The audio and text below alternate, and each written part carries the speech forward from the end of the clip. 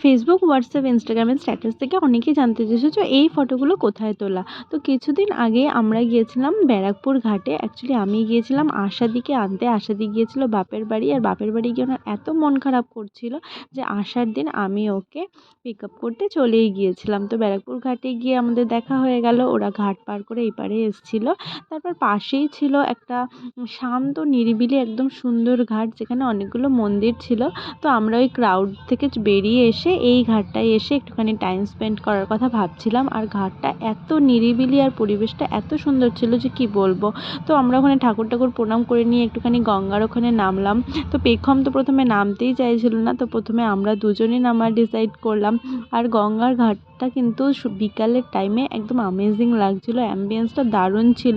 পেখম প্রথমে যদিও একটু ভয় পাচ্ছিল, তারপর আমি আবার ওকে একটু সাহস দেয়, ও তারপর নামলো। তারপর মাও একটু নেমেছিল, সবাই একটু নেমে পা ভেজাচ্ছিল।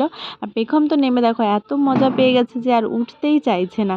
তারপর আস্তে আস্তে সন্ধ্যেটা নামছিল, আর আমরা ওখানে বসে বসে পুরো একদম উপভোগ করছিলাম ওই বিকেলটা। আর একটা নৌকা যাচ্ছিল দেখো আমাদের একদম কাছ থেকে, আর মাঝিটা আমাদের দেখে হাত নাড়া দিচ্ছিল।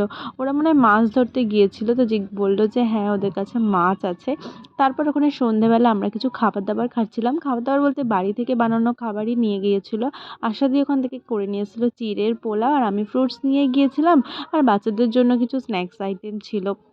তো এগুলো খেতে খেতে আমরা সন্ধ্যেটা এনজয় করছিলাম। আর সন্ধ্যের ধারে গঙ্গার পাড়ে বসে এত ভালো লাগছিল যে তোমাদের কি বলবো। আমি সবাইকে সাজেস্ট করবো পারলে একটা সন্ধ্যে গঙ্গার পাড়ে কাটিয়ে দেখাও, দারুণ লাগবে। দেখা হচ্ছে নেক্সট ব্লগে, টাটা।